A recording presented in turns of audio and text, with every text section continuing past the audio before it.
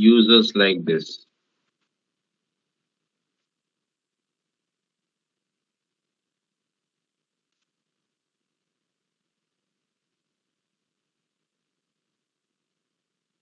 So we can say a ring is formed like this, okay, and this can be user 1, user 2, user 3, user 4, user 5, user 6, user 7, user 8, user 9.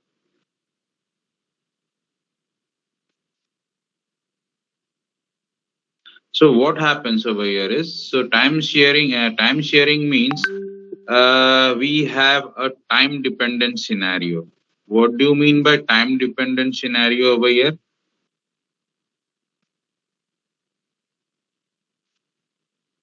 In terms of what I am talking about time dependent scenario. So time dependent scenario over here, I am talking in terms of resource. So resource can be my memory, can be my CPU. Okay. So time sharing means where we are experiencing frequent switching. So that means what? So resources are shared in a time dependent manner among simultaneous programs. Oh, okay. So see this user in this scenario, for example, if CPU is with user 2, so there will be a time slot defined for each and every user. So every user will get the CPU based on that time slot. Remember, I have told you about time quantum last class. Okay, so for example, so there can be this scenario. There can be a time quantum where a time frame will be allocated for each user. For that user, for that time slot, every user will be getting a CPU. Or what we can do, we can rotate a special token over here. Okay, so whichever user wants to use CPU can take that token, and then it can go for that CPU. And once once it finishes working with CPU, it can release that token. Then that token can be taken by another user also. So this is how the time sharing scenario works. Similarly, we have one more operating system which is related to time, which we call it as real time operating system. Okay, it is also known as RTOS. It is further divided into two categories: hard real time, or I can write it as hard RTOS and soft RTOS. Okay. So if I am talking about real time operating system, real time operating system, that means it talks about a job to be finished within a certain deadline.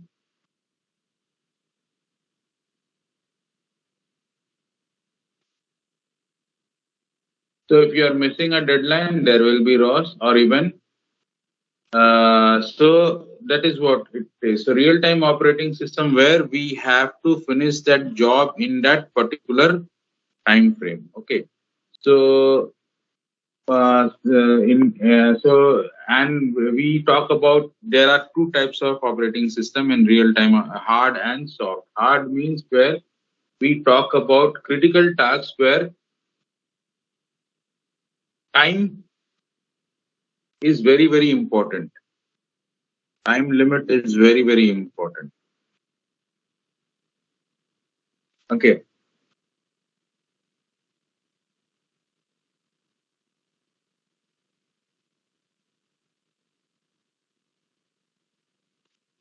So that means what? If I say hard real-time operating system, if I have set a time limit, that job needs to be complete within that time limit. I cannot have a delay. If I am having a delay, then I am having a loss.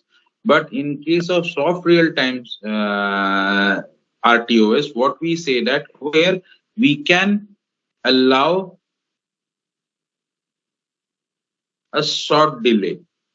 Short delay means, say, for example, given a time deadline, if I'm missing that time deadline by some amount, then also it will be okay for it. But in hard real time, in a scenario, if it is saying that okay, within this deadline, I need to finish my job, it has to be completed within that time. Okay.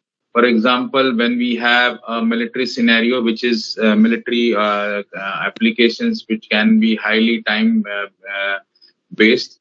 So in that case, we will be going for hard real-time operating system. Soft real-time operating system, we can talk about computer, audio, video, virtual reality, reservation system. All those things can come under soft real-time system where little amount of delay is accepted. Okay.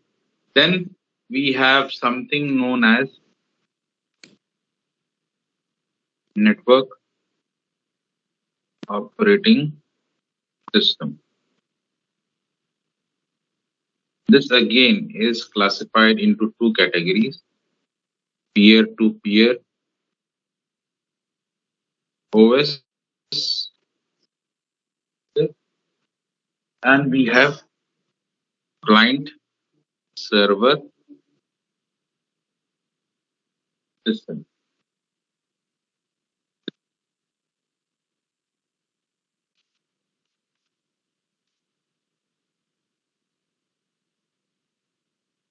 Now, you should define me. What do you mean by a network operating system?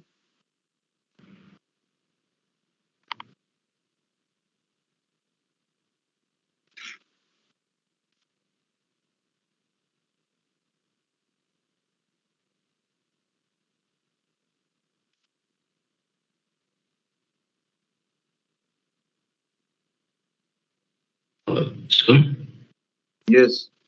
it could be something that connects the hardwares of the different computers and forms a network. Where we are not talking about hardware over here. We are talking about software only. Operating system is software. I'm talking about a scenario where software and associated protocols, okay, that can communicate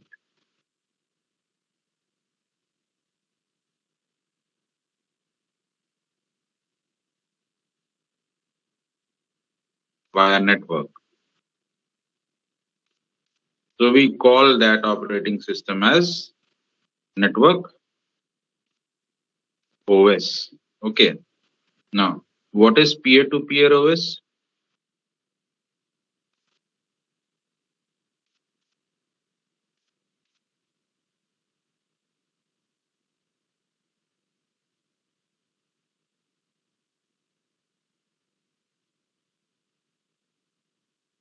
Okay, have you heard of this term peer? What is peer?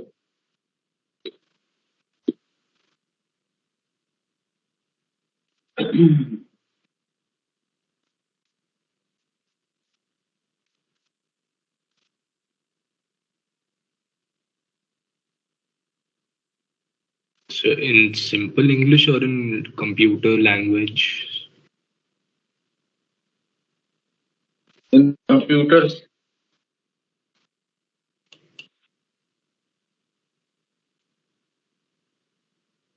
Node. so I am talking about a node. A node which can be client, which can be server also. Okay.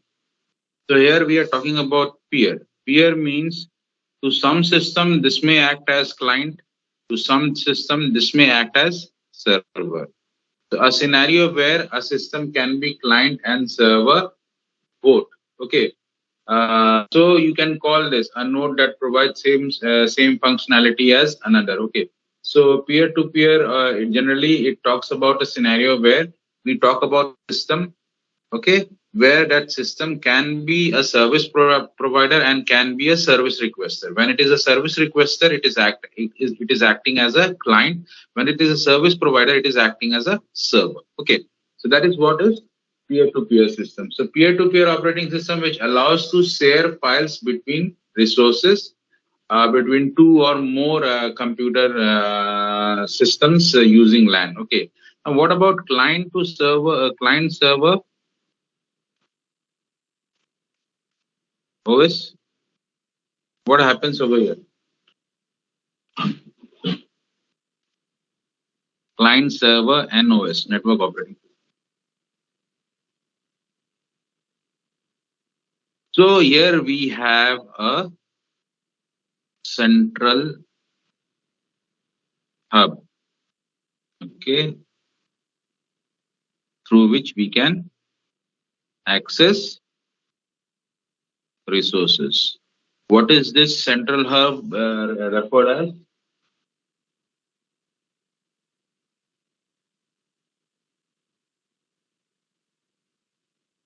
This is referred as our server.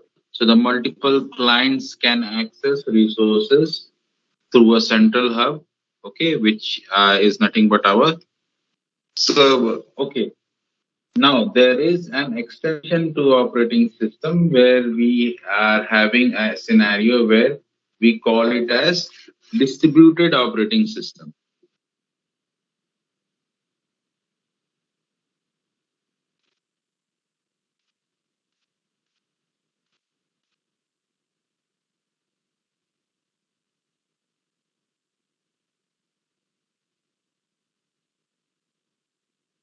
So this talked about, this is a scenario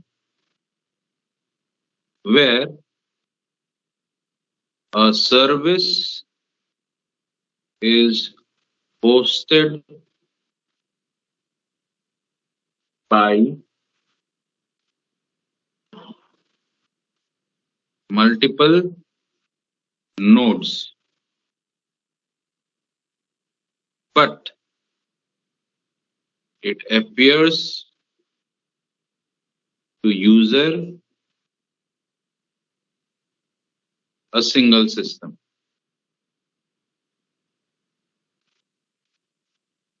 Okay, I'm distributed means your work is distributed not to one system, it is distributed to multiple systems. When I say multiple system, I'm talking about multiple operating system. Okay. So a job that is being shared by multiple system, but to user it will be appearing it as a single system. That is what is known as distributed operating system. Okay. So distributed operating system, a part of the distributed operating system will be in all the system those who will be doing this work of hosting a services. Okay, so distributed operating system. In last semester, RMI was a part of distributed operating system. Okay, RMI was an example of distributed system.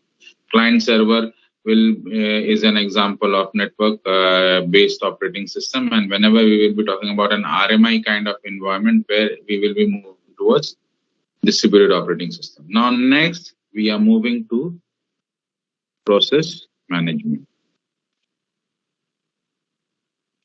So, Okay, is there anything to be asked in this thing? Whatever I have discussed till now, any questions, any query? yes, sir.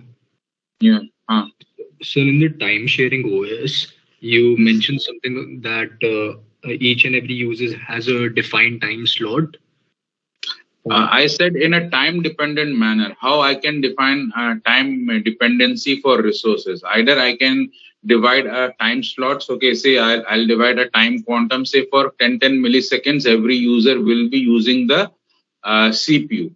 Or another, what I can do is I can run a special message among all the users. Suppose a user want to use CPU, it will acquire that message. it will work on CPU, and once the work is done, then that special message will be again released by that user, and it will be available for other user to access it. So this is how we can define time dependency of resources in time sharing operating system.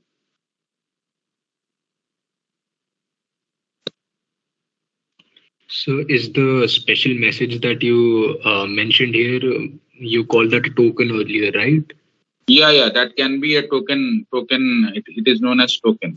So there is a concept in computer network. You will study that we have a token ring environment where if a user wants to use the network to send, see, when I say resources, okay, resources can be anything. It can be CPU, it can be memory, it can be the channel through which I can send message to other users. Suppose we have a channel like this where there are n number of user, not single user, okay, n number of user. If any user wants to use this channel, what it can do? So if all are sending the message, what happens? The message will collide and it will not reach the destination users, okay, destination node. So what we are doing in that environment, we are adopting a token ring environment where if a token is rotating among all the user, okay, if the user wants to communicate certain things, he wants to acquire that resource, this channel, okay, this broadcast channel. So what happens once the user acquires that token, that special message token, this channel will be free for that user and he can send the message. Once his communication is over, he will release the token and that resources will be available for other users. So here also what we are doing, we are defining a time dependency resource allocation to each and every system. So is the time here predefined, like the user keeps this token for a predefined time, or is the time for having the No, see, token? time independency, what I mean to say that I cannot keep the resources for lifelong, okay. If my job is done, I have to release the token.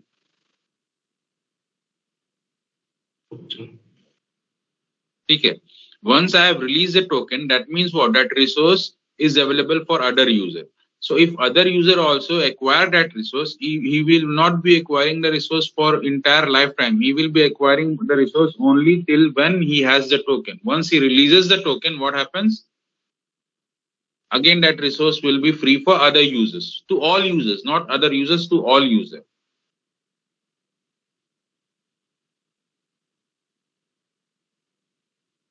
So the main motto over here is that we need to have this resource sharing in a time dependent manner. Every user should get its turn, okay, for a time for a particular time period, and once that time period is over, that resource will be again free for all the users to compete and to get that resource. Got my point? Yes, sir. Any other query?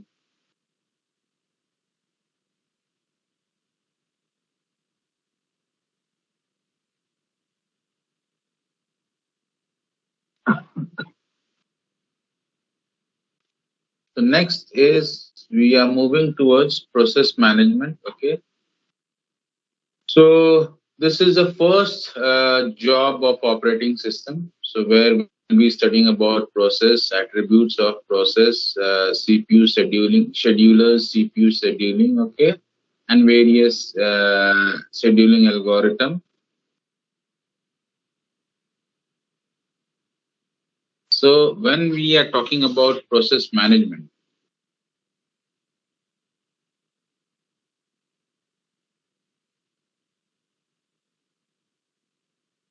so what are things done by operating system under process management? First thing is scheduling. Okay, scheduling of process or threads on CPU, scheduling of process or thread on CPU, the first task. Second task, creation and deletion of what? User and system processes,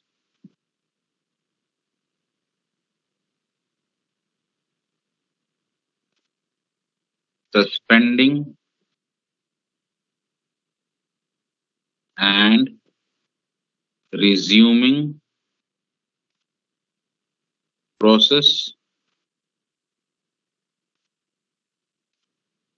then process synchronization. This is very, very important. Why we require process synchronization?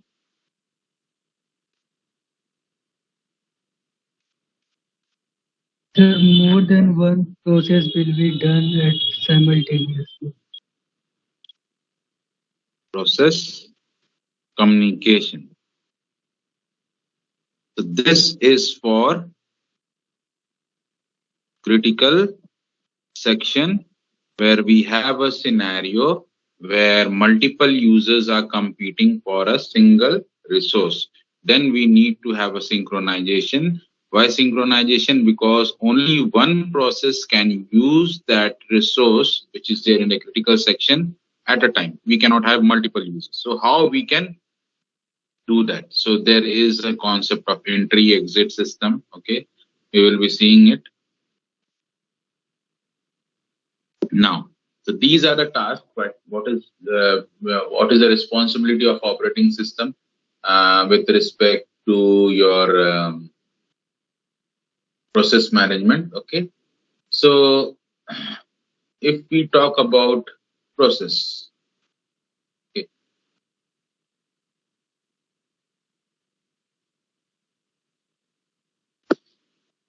process.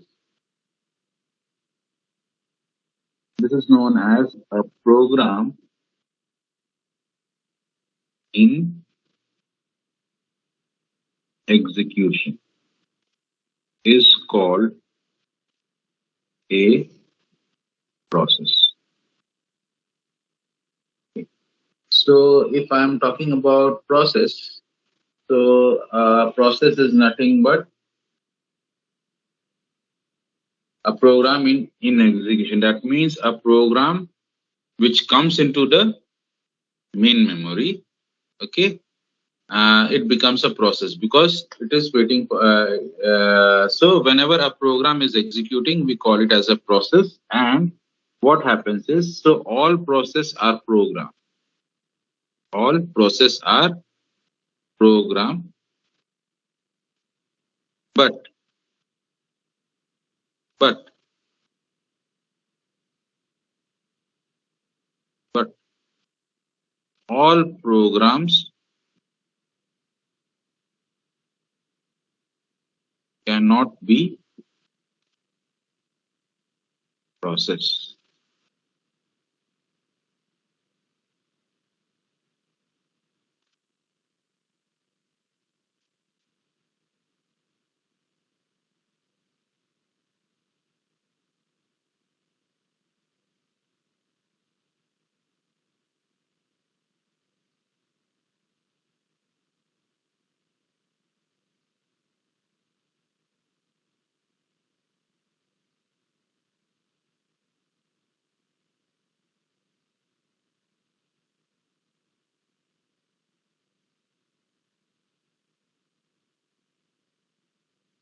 Okay, so similarly, so this is what is the definition of process. So every process has a process state.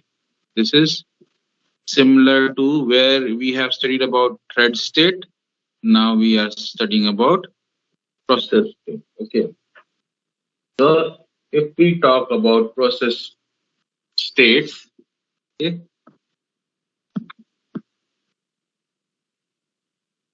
state, process state.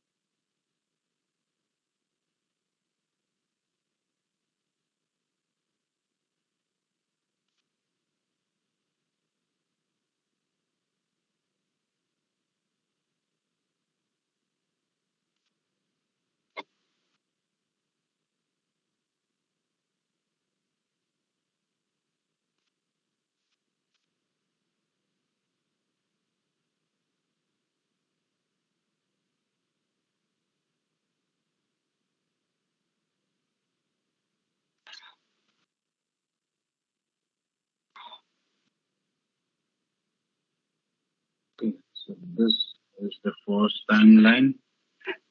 Then we have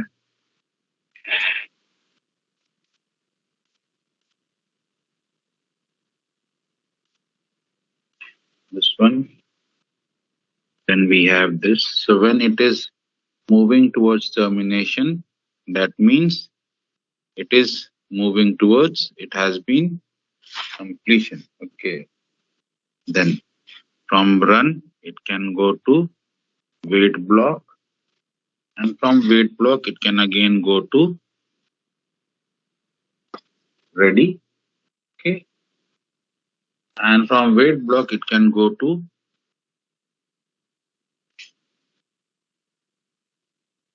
this is for resume. Okay, this is for suspend. Okay.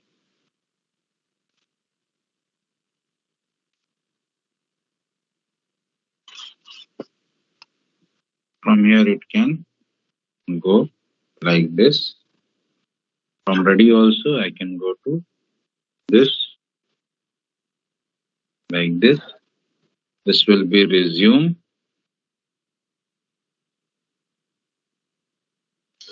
This will be suspend.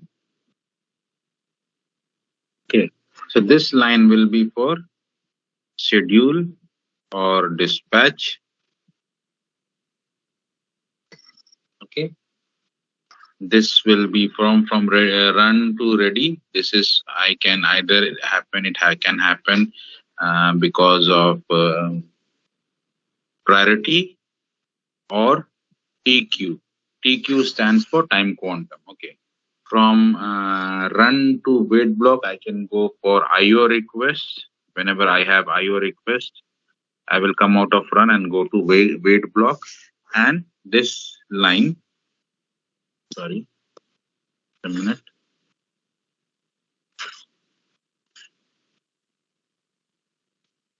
This will be resume. And this will be IO completion. This line will be IO complete.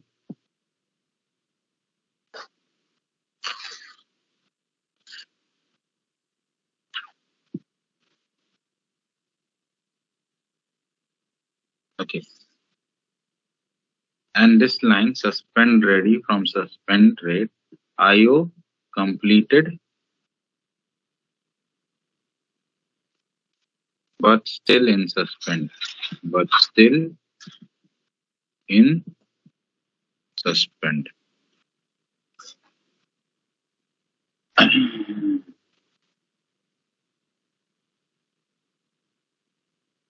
Okay, so this is what is known as process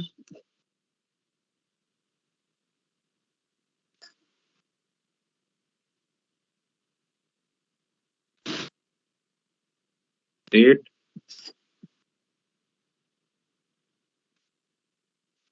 diagram. Okay, so if we are talking about process states,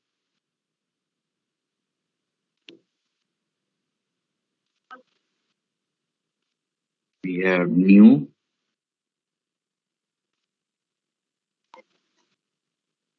then we have new state, ready state,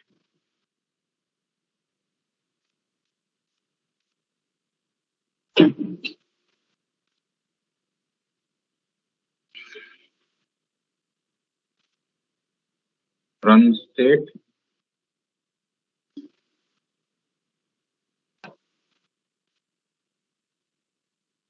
and fourth is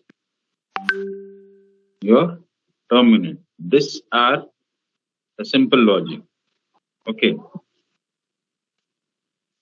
Now, when I am talking about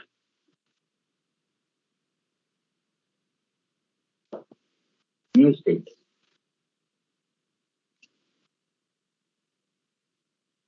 now when we will say that a process is in a new state when a process is in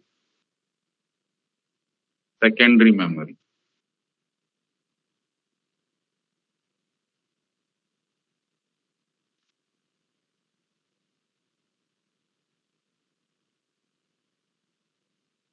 Sorry, sorry. I will say a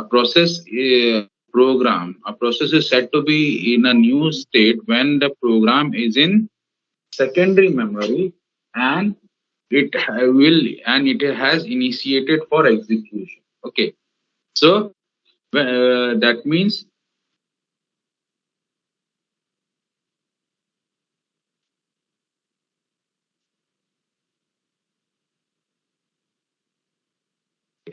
so whenever a program will be process will be in secondary memory, it cannot be termed as process, it will be termed as program. So the program is in secondary memory and it has been initiated for execution.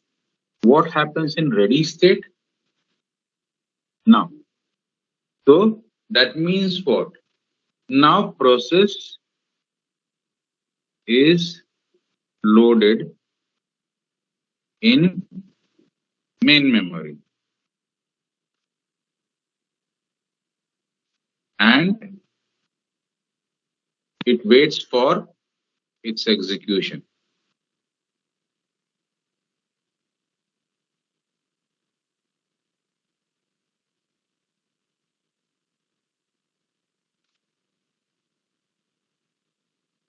Okay. So from now, once the process is loaded into the main memory, what happens? We call it as ready state. Means it is ready for execution and it is waiting for execution. That means it is waiting for CPU. Run state means now process is assigned to CPU for execution.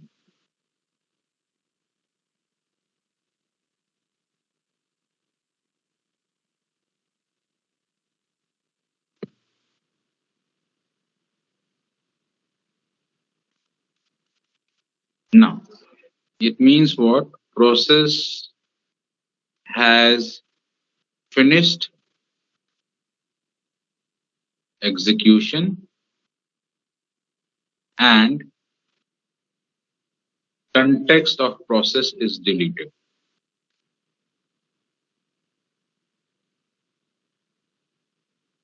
Is deleted by the OS.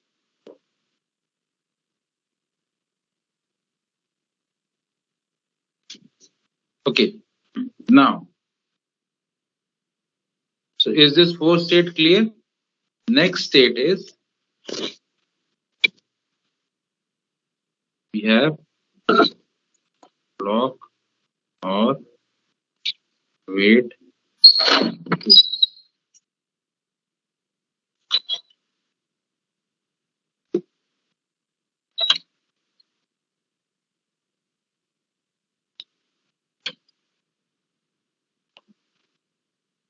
Okay.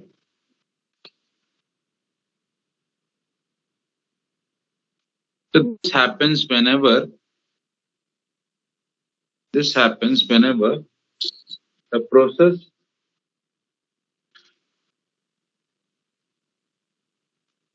requires to do some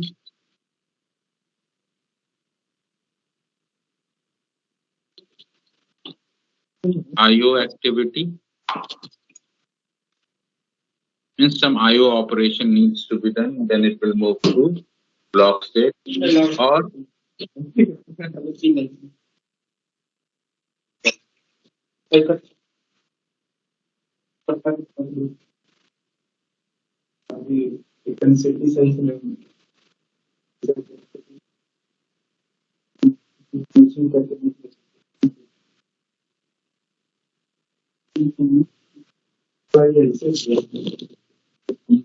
मतलब ऊपर density है, यहाँ तक density, यहाँ से density कम है नीचे, फिर देखो यहाँ तक फिर ऐसे किया, फिर ऐसे, फिर जरा से इंजन पे जैसे छोड़ के फिर ऐसे किया, फिर इनकी योजना हुई। काम वो खराब नहीं है, कहीं वन कर दिया मैं, बेटा हम फिर हाँ पाइए और okay, so when the process is requires to do some IO activity, it will move to block state, okay, or it can be blocked by monitor also, monitor or yeah, blocked by monitor because of priority. Some higher priority process might have come and it is requesting for the resources, then also it will be moved from block to wait state. Okay, so after this, once the process has completed IO activity or the resource becomes available, what happens? Process moves back to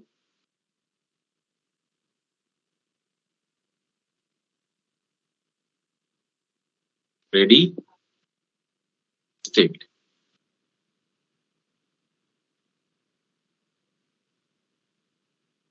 Then we have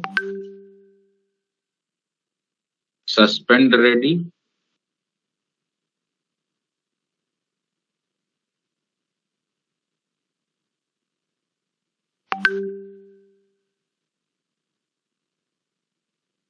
suspend wait,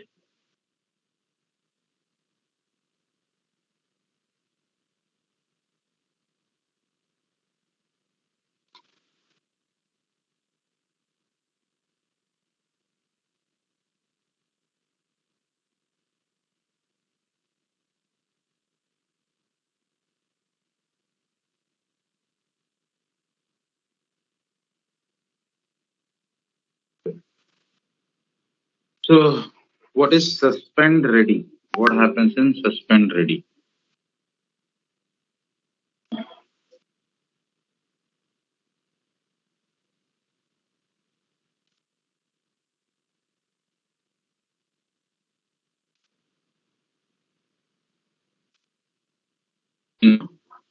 Suspend ready means what happens? We are having a multi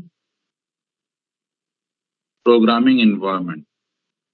That means what? There are multiple processes which are there in ready state. Okay. So suppose there are multiple processes in the ready state in which some processes are having higher priority and some processes are having lower priority. So what happens? The lower priority processes in the ready state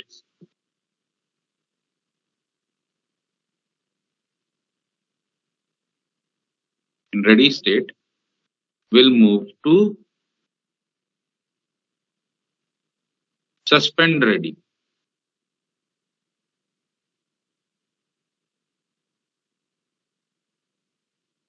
Okay, so what if we do that in ready state? What we are doing, we are moving lower priority process to suspend ready. What happens? It will facilitate the higher priority process in the main memory so that it can easily get the memory and the resources. Now, when the resources is available back again, what happens? This lower priority process will move back from suspend ready to ready state. Okay, so this is what happens in suspend ready state. What happens in suspend wait state?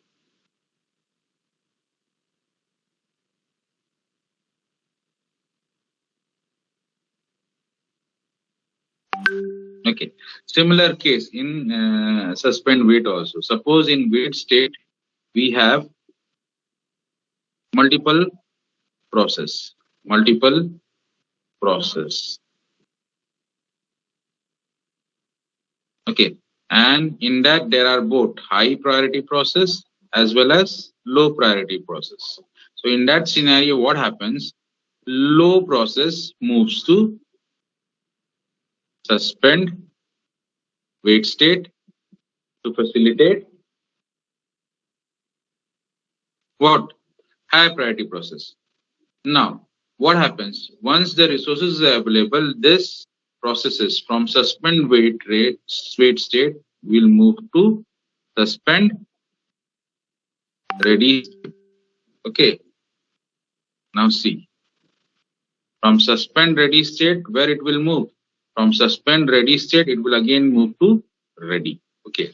Now see, so what happens over here? Is it clear?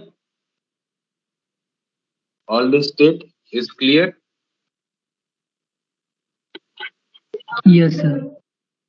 Okay, so over here, in this, we will have P1, P2, P3, P4. Okay.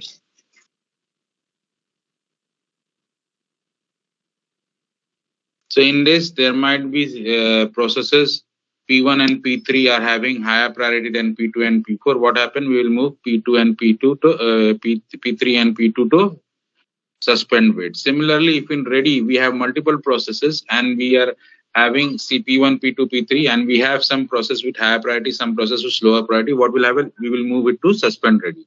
So in this way, it goes. So basically, minimum number of steps state a process. Just a minute. Yeah, sign करना.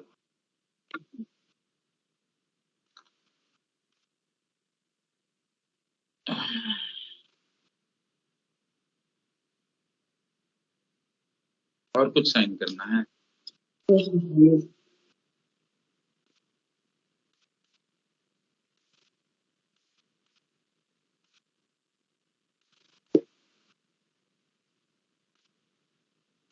किस date को हुआ था meeting?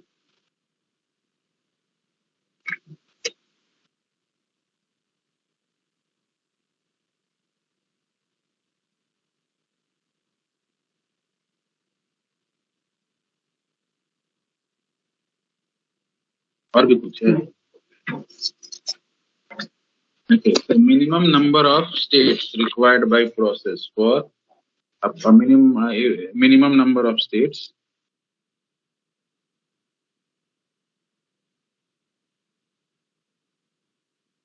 is 4, but it will increase to 5 if I have to go for what IO process or certain higher priority process comes, and it can either go to from 4 to 5 to 6 to 7. Okay, it depends upon what will be the scenario in this case. Okay, so now if we talk about memory state, okay, let us do this on this table. This is very important. Sir, excuse me. Yes. So when does the process go directly from suspended wait back to wait? That resume arrow was there. Like suppose low priority process from wait they go to suspended wait. Then again after suppose their IO is completed, so they go to suspended ready. But there was one more arrow, right? That was going from suspended ready to. For example, if it can go to wait block or it can go to suspend ready. Okay. So if I am talking about suspend wait block, what happens is in suspend wait state we are creating room for higher priority process. Okay. So what happens? Suppose from this either it can go where? It can go to block, it can go to ready. So it can resume, it can directly go to block. Okay, but there might be scenario in block, there might be again higher priority process. So in that scenario, again it will go to suspend wait. From suspend wait, what happens if higher priority process are still there in wait block? What it will do? It will not go to wait block, then it will go to suspend ready. Like this, it will go. It is. Thank you.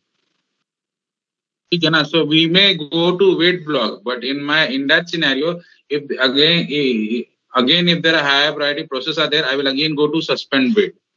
Okay. So what happens again when I am willing to resume? What I will do? What I will be done? I will be directly move to suspend ready. Okay, suspend ready. In that scenario, there if OS is not moving me to block and if it is moving me directly to suspend ready, that means in block state there are still processes which are there, which has priority higher than my process ID, the existing process ID. In that scenario, it will move me to suspend ready state. Okay. Okay, sir. So if I am talking about memory, okay, new, it will be secondary.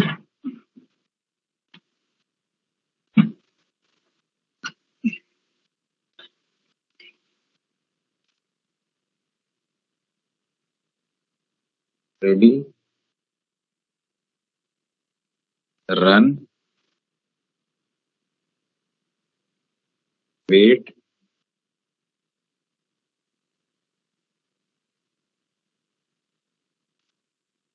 suspend, wait, suspend, ready. So this will be main memory,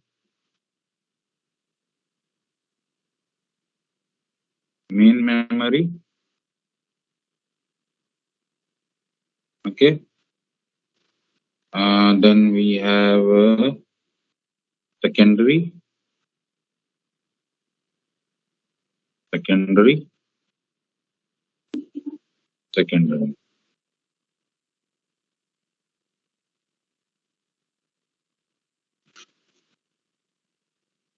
Is it clear? Now, if process is in job queue,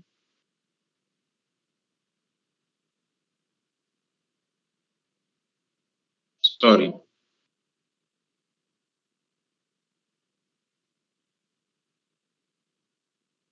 if a program is in job queue, then where it is? What is the memory location?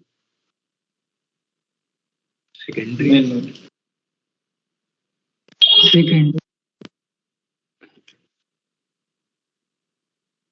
Main memory. That means when it is in job queue, it will be in which state?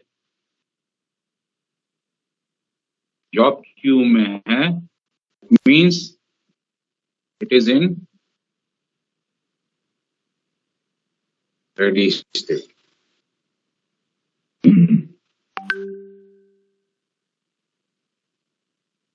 Okay, is that clear?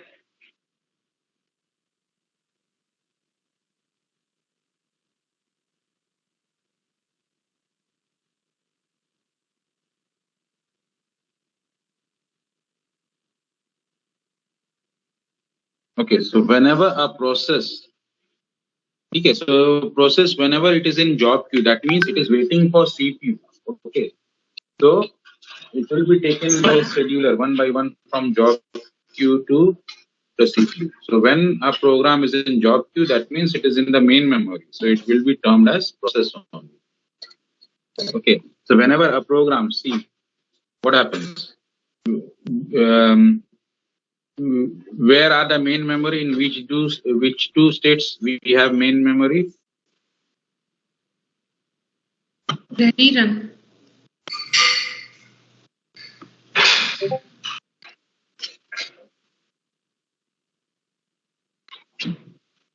So from here we call program as process.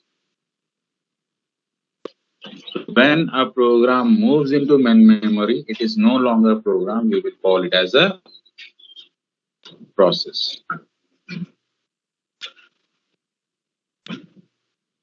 Got it?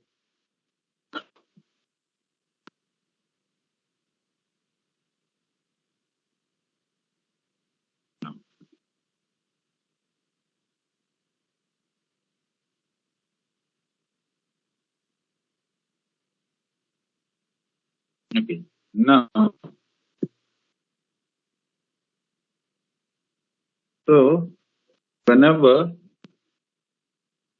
so we have every process will have PCB, which is known as process control block, which is also known as context of a process. Context of a process. Okay. So Sir, what is PCS? sir, in the job queue means it uses queue as a data structure. So you will be always a data structure only. First in, So, first sir, out. if the QE will be data structure, so there first comes first, sir, will be the process. But sir, you told that in means the chart every process gets means equal amount of time. Then that is in time sharing. Sir, time sharing, but in the queue, until one process is not executed properly, the other process will not be there, na? Because the So first. what happens if in queue there are high priority and low priority process? Then in that scenario, operating system will move the lower priority process to suspend ready, a block state. Okay, sir.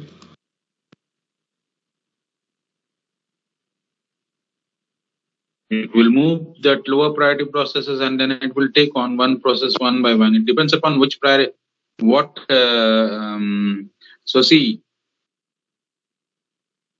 it is in job queue, but it depends upon what scheduling algorithm I am using. And if it is primitive in nature, at any moment of time, I can be moved out of CPU from run state to blocked state. Any time of the time, any moment of execution. At any time of execution, I can be moved out if I'm going using primitive scheduling algorithms.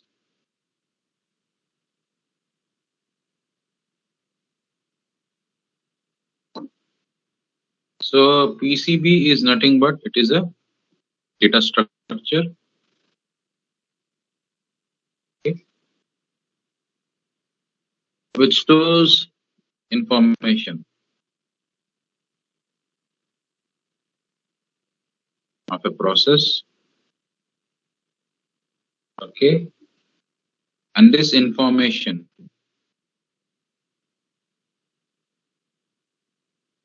is used by CPU.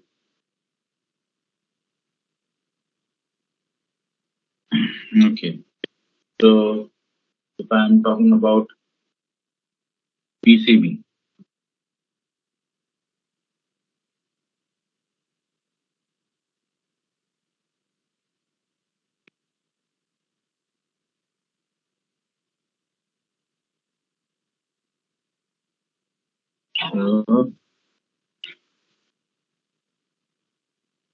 we have process ID, then we have program counter, then we have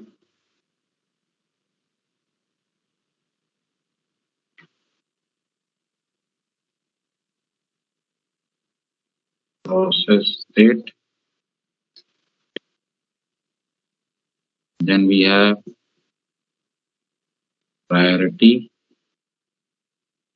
then we have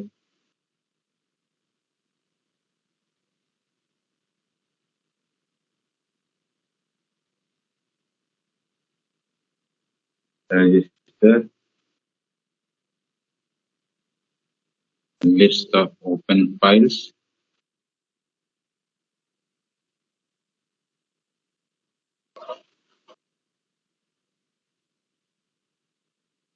list of open devices, and finally we have protection. So this is what is our PC.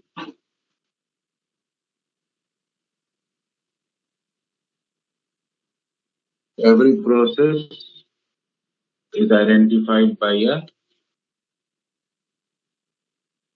PCB, which is also known as. So these are, what are these things?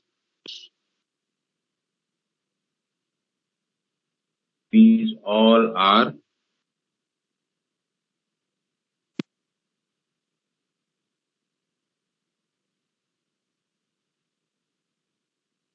known as process attributes.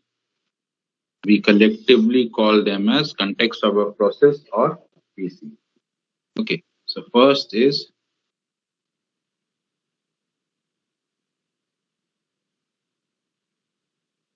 process ID. This talks about a unique ID for process to be identified by the OS, by the system.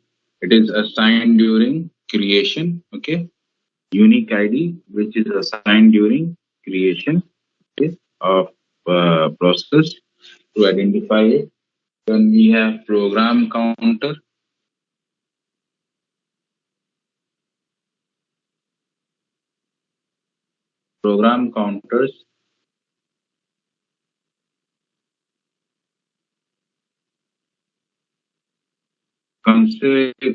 It contains address of the next instruction to be executed.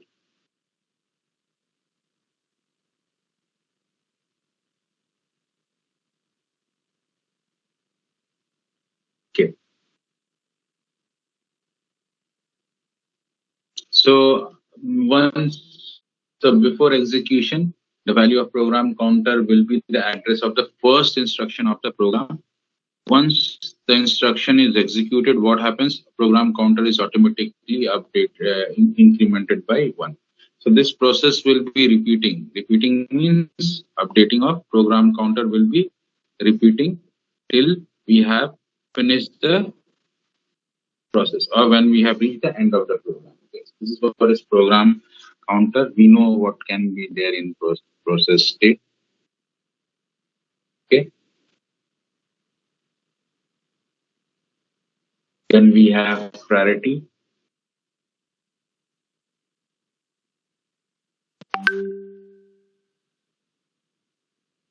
So what we have studied 1, 5, 10.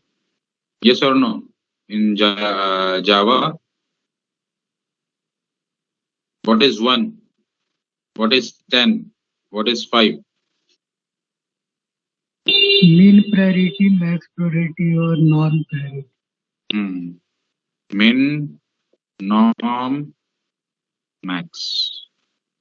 So this is the highest priority and this has the lowest priority. It's an integer value associated with the process.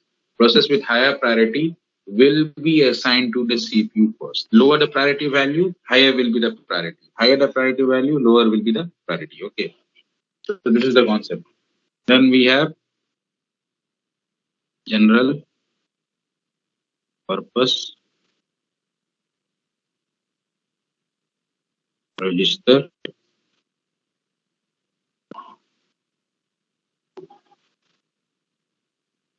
So what they are doing, they are used to hold data of process generated during execution.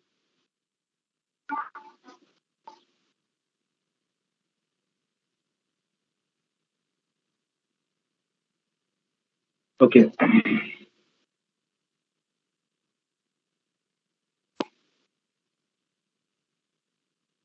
Now,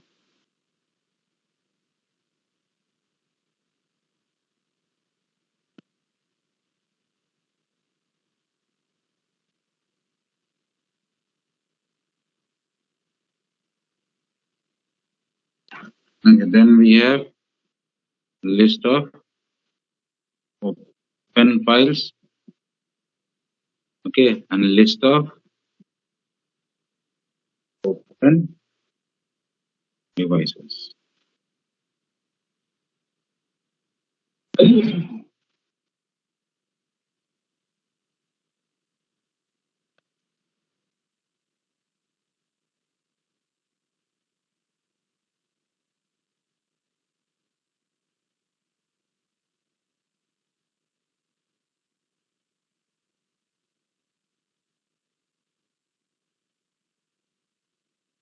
Okay, so list of open files and open devices, what it does. So this talks about list of files used by process during execution, and this talks about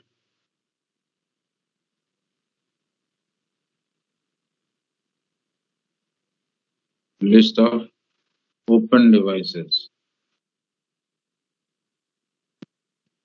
used by process during execution, and protection deals with security. Okay. So every process will have one PCB, okay, and PCB of each process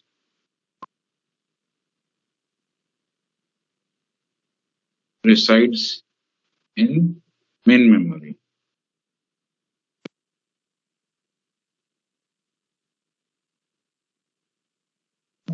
And PCB is deleted by OS when process is terminated. So as long as process is not terminated, your PCB will be there in main memory. In main memory, PCB are present in linked list data structure, where every PCB will be linked to a process. So this is how. So this is what is process attribute or context of a process. Is it clear?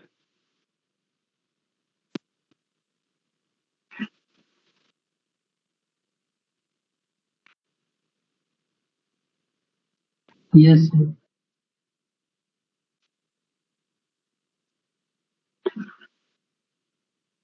Now, next is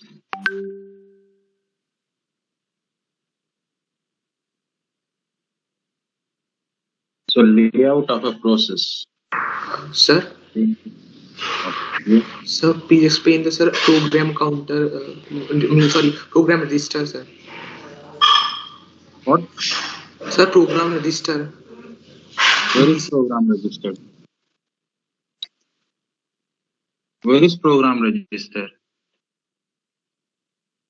What is your question?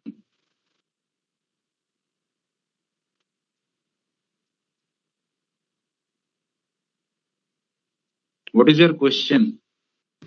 Sir, in the program register, sir, you told that different means data that was executed during the program. This one, general purpose register, used to Sorry. hold data of Yes, sir. process generated during execution. Yes. So, sir, it means it is dynamic because the PCB used to create before the program is executed, but it is holding the data at the time the program is getting executed. Pardon? So, the PCB should be created before the program is executed. This whole thing will be associated to say P1, P2, P3, P4, P5. So these all process will have separate PCB. Okay. In that PCB, we will have these all information. This general purpose register will be empty. And during execution, if program process generates some data, okay, data related to any resource or simple data, that will be holded by this general purpose register. Okay, sir. Okay. So when process is created, this PCB will be attached to each and every process. During execution, if process generates some data that needs to be stored, no, might be that data will be used later in the execution. Then where we will store it? We require some register. That is what is the role of general purpose register. Is it clear now? Yes, sir.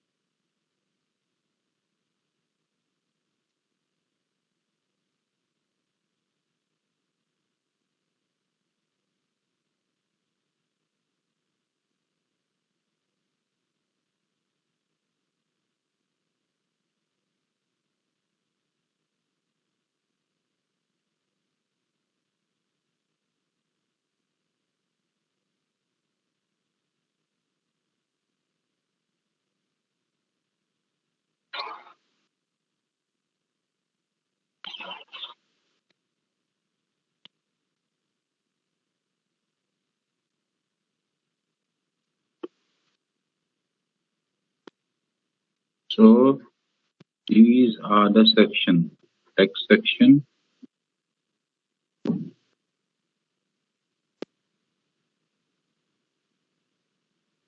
data section,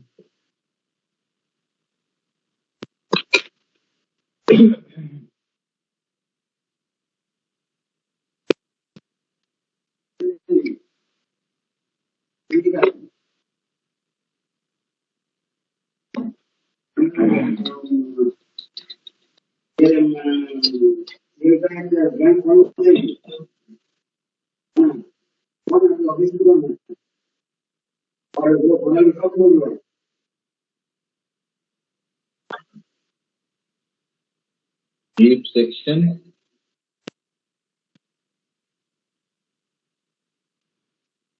stack section. Okay.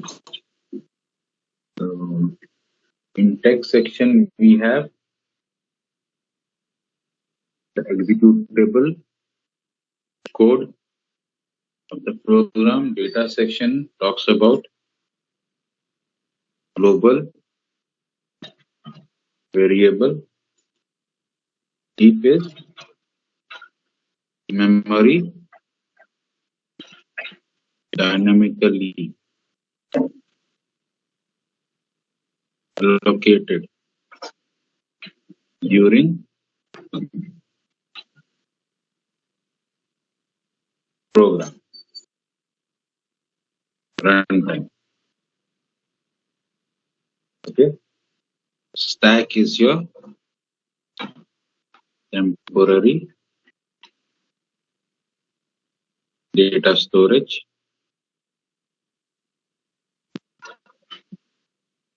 used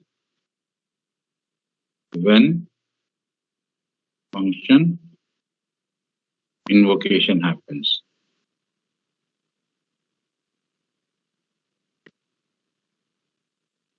So function invocation, during function invocation, what we require? We require parameters, function parameters, return addresses,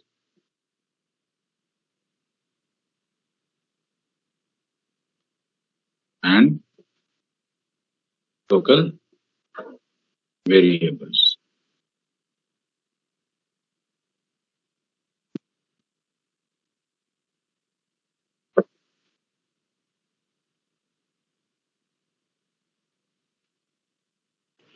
So can you please scroll up to the diagram you made?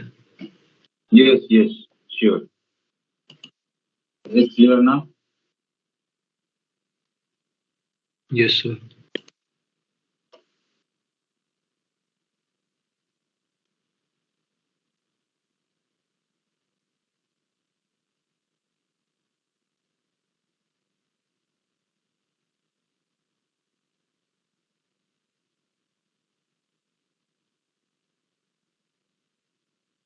So these two size is fixed. Okay, but size grow. That is why I have given this arrow. Heap size can grow, tag size can grow. It depends upon what you are doing at that time. Okay.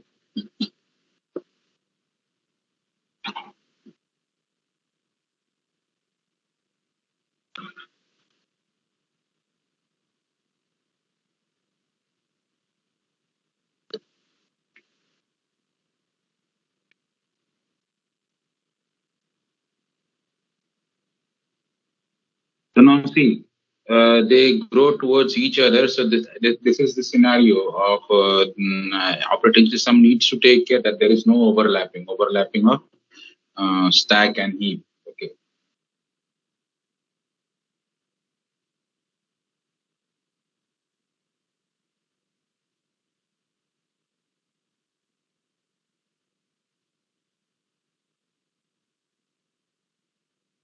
Now see.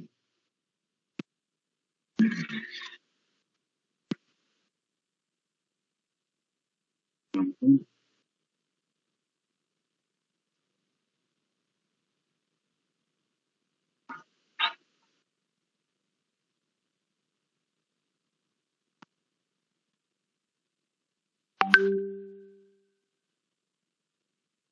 Excuse me, sir. Yes. Sir, why stack section and heap section are allocated in the layout of the memory? Sir, both are allocated. Yes. Huh. Stack is So, for function. Heap is for whenever we require some during program execution. Suppose we are going for calloc and malloc in C. What happens? That is dynamic memory allocation. That means memory has to be allocated during runtime. So those memory will be allocated in heap. If we are not going for runtime memory allocation, heap is not required. That is why we are going for stack, and function call will require stack.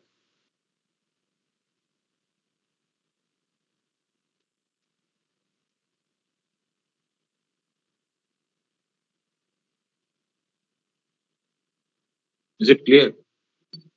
yes, sir, yes, sir. I'll show you with respect to one program. Then this will be clear.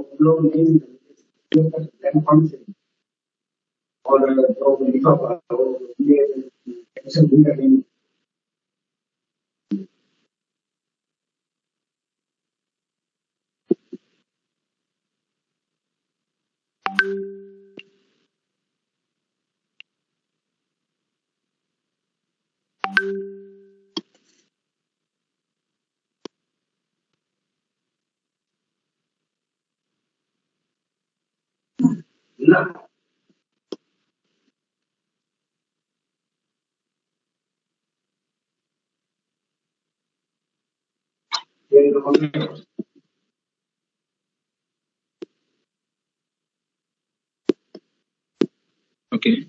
Now, if we talk about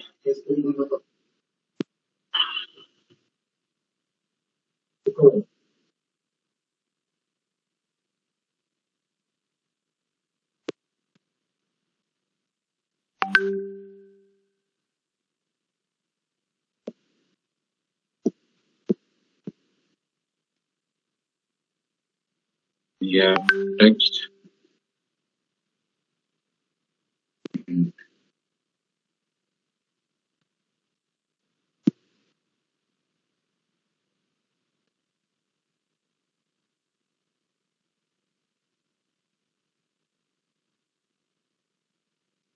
these two things will come over here. Okay. Then we have heap. This was your data section. Okay. In heap, what will come? If I'm talking about heap, this whole thing will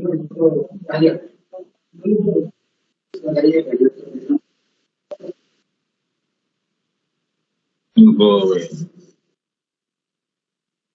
Okay. Similarly, we have stack.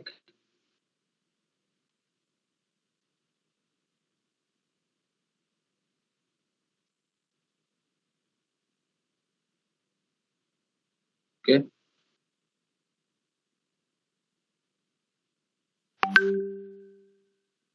ARGC, ARGV. I'm talking about this one and this one.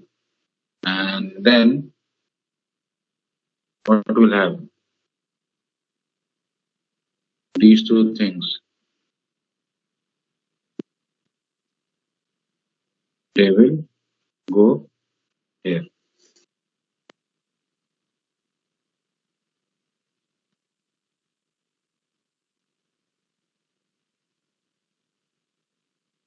So what happens over here is whenever a function call happens,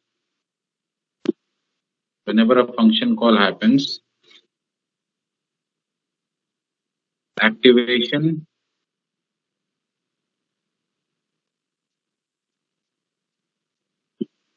whenever a function call happens, what happens?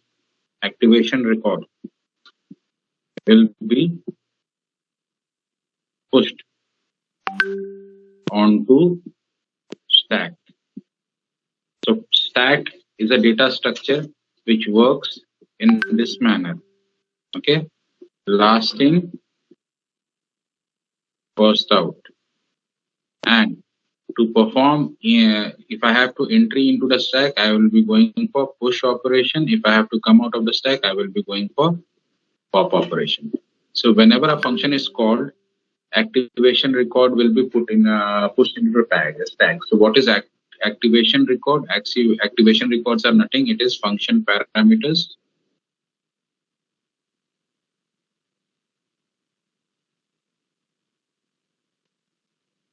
local variables,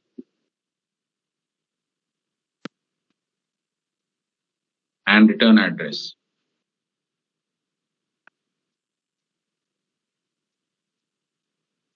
Okay. So this is how memory will be allocated.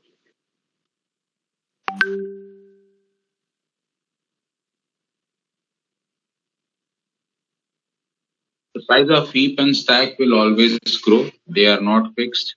Okay. So it will move towards one another. The operating system needs to take care so that there is no overlapping.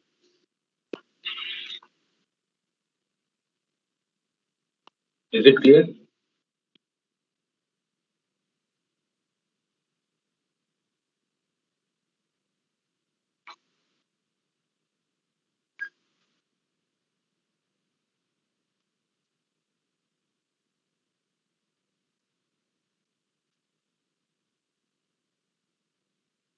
Yes, sir. Next is good. We are done.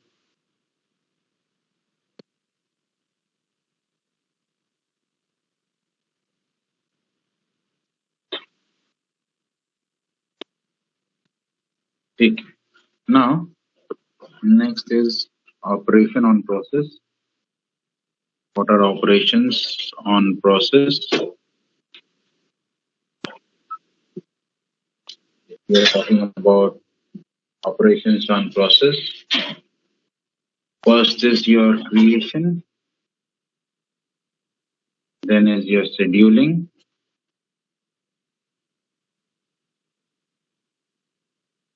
okay. Then we have execution,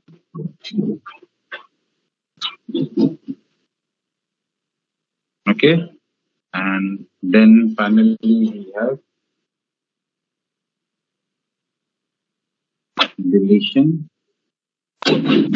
or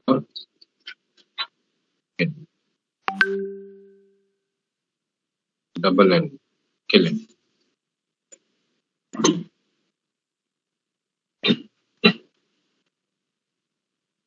So creation means it is in ready queue. Scheduling means it is in ready state and it is waiting for CPU to be assigned. Execution means when the process is with the CPU. Deletion means we are into termination. Okay, so next is there will be process queues. Okay, if we are talking about process queues,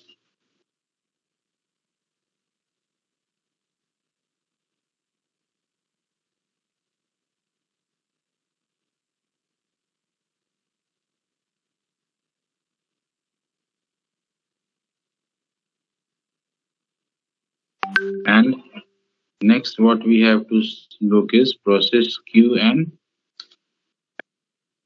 process schedulers. Process schedulers.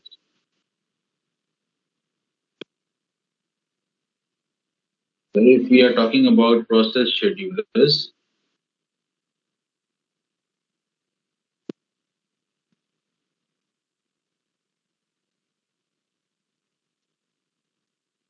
so what are process schedulers? Process schedulers are used for scheduling the process.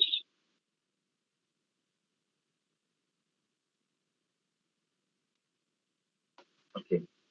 So types of scheduler. If I'm talking about types of scheduler,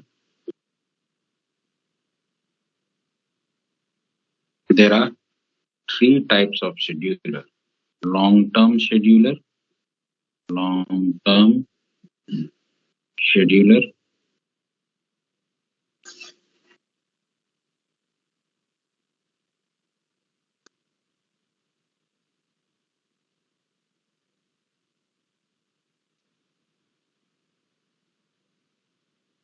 then we have short-term scheduler.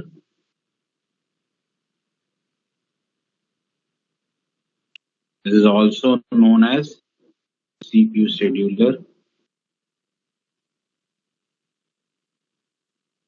And then we have finally, we call this as third one is our medium term scheduler.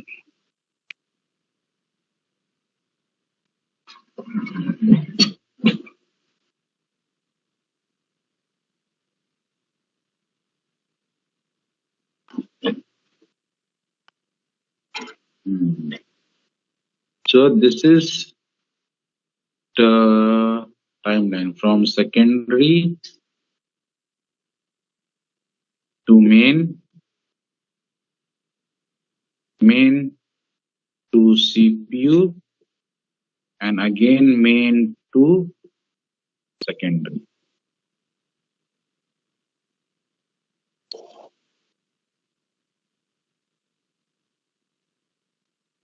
What is this? What I have written over here?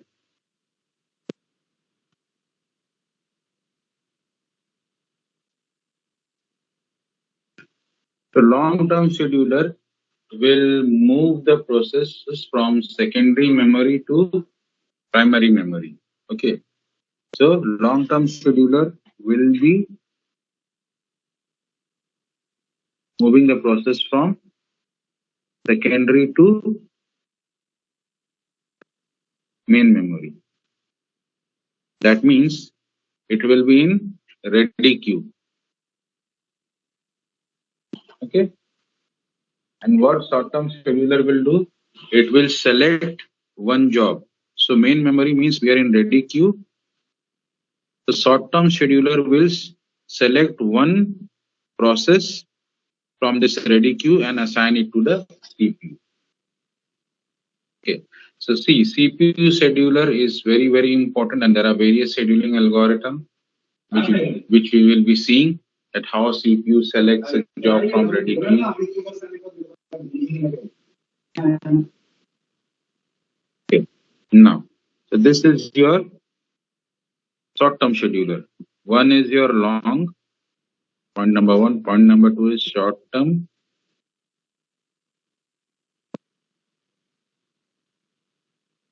Third is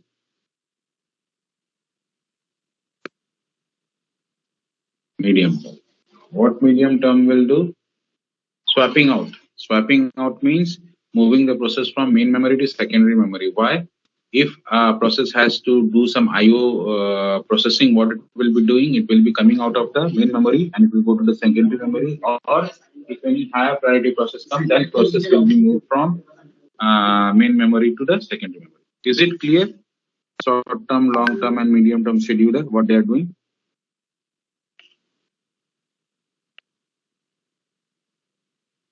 Sir, can you scroll up, sir?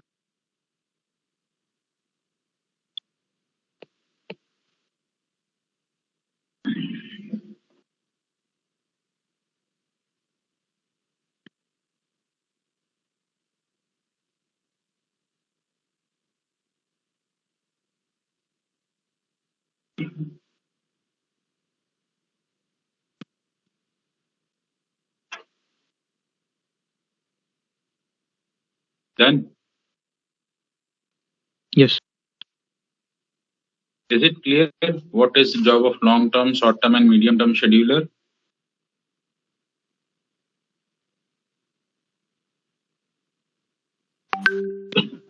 So, with respect to scheduler, we will be having some process queues attached. Okay. So the process queue, there are various process queues.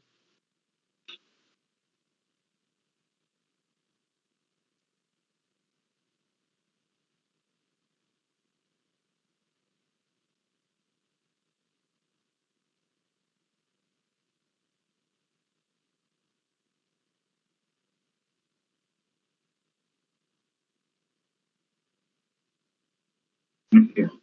So there are the process queues. We have job queue. Then we have ready queue. And then we have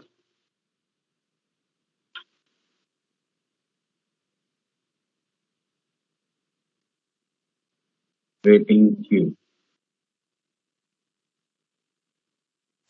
Job queue will be used by long-term scheduler. Ready queue will be used by short-term scheduler. And waiting queue will be used by medium term scheduler.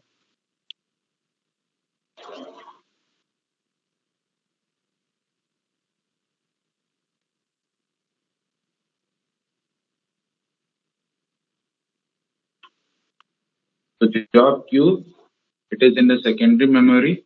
Long-term scheduler picks the jobs from job queue and move it to the ready queue. Ready queue is maintained in primary memory. Short-term scheduler will be selecting job from this ready queue to assign to CPU. Okay. And then waiting queue is, suppose a process has to be moved out from ready state to block state. Then medium term scheduler will be moving the process from ready queue to the waiting. Okay.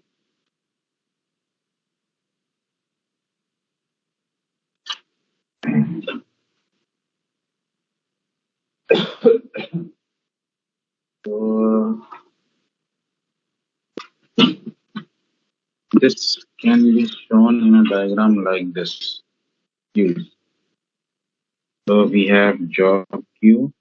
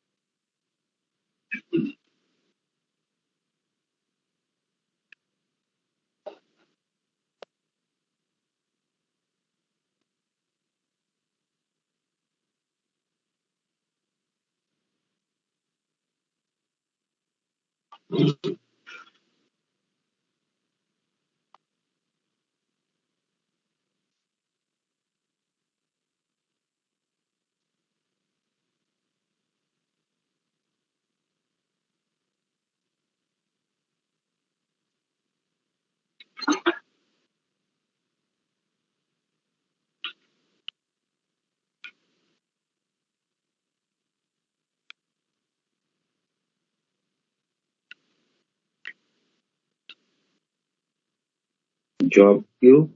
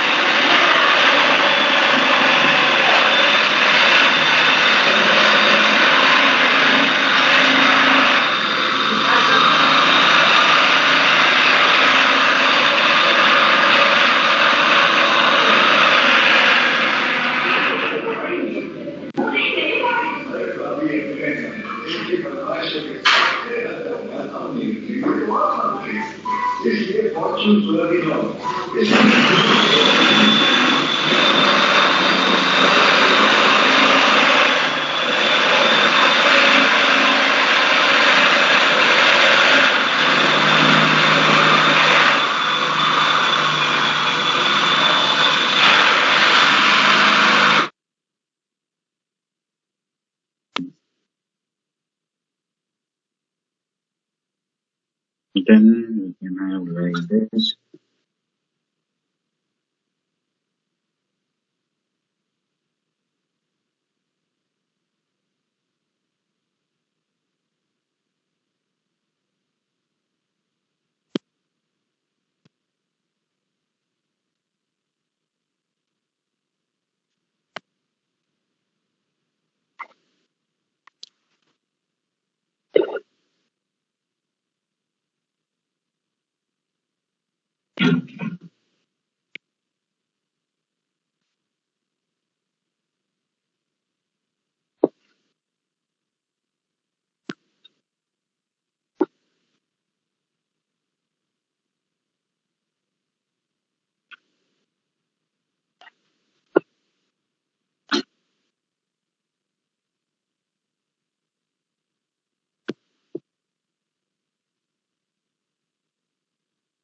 So here we have job queue, here we have ready queue, and here we have waiting queue.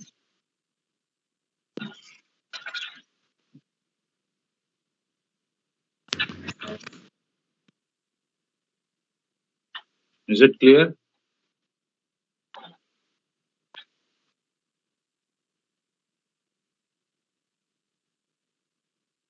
Okay, fine. This is event. Event.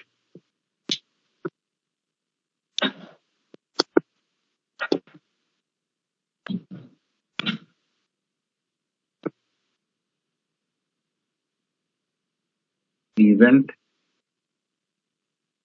Here it will be timer or priority.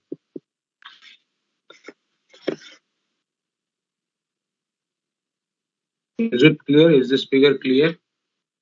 So where which queue will be using and which scheduler will be using? Job queue, long term, ready queue, short term, waiting queue, medium term schedulers. So secondary to main will be long term scheduler.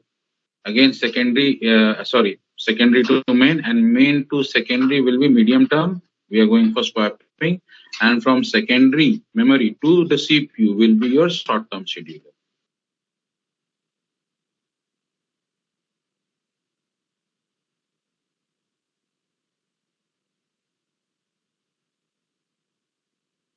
Is it clear? Yes, sir. So, sir, long-term schedulers bring the job from job queue to ready queue. हाँ ये रहेगा उसका. So when we are talking about this direction, job queue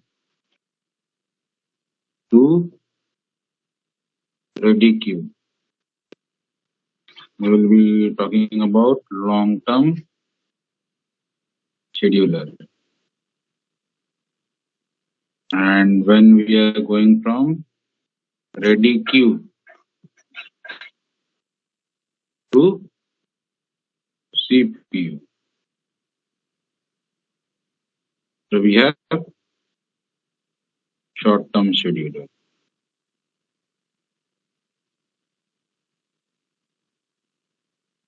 Okay, and from what? Ready queue to waiting queue. What will have? Medium term. Medium. Medium term scheduler will come into picture when we have certain IO operations or we have some interrupts, okay, or we have a scenario where a higher priority process has come. So what we need to do? We need to remove the existing process from.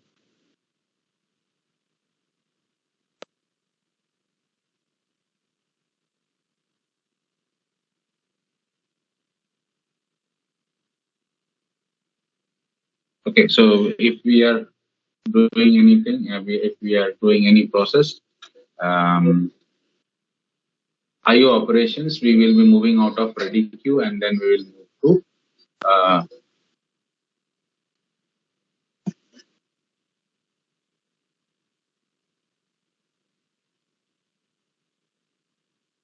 hello. हाँ मैं अभी class में हूँ. हाँ थोड़ी देर बाद बात कर लो.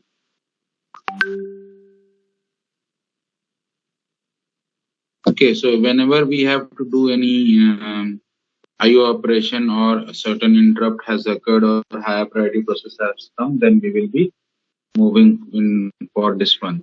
Okay, then medium term scheduler will be swapping. Will be swapping hours from ready queue, that is main memory, to the secondary memory. Is it clear?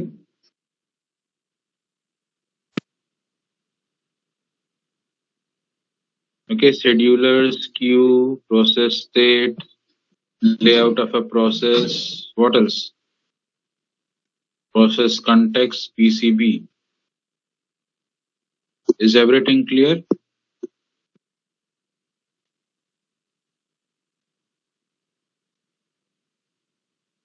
Yes, sir. Okay.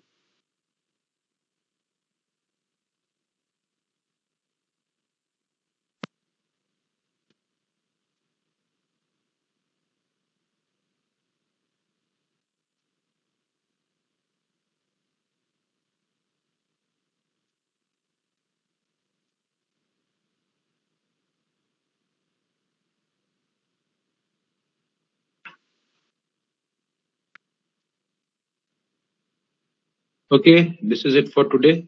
Next class, we will be starting off with numericals on scheduling.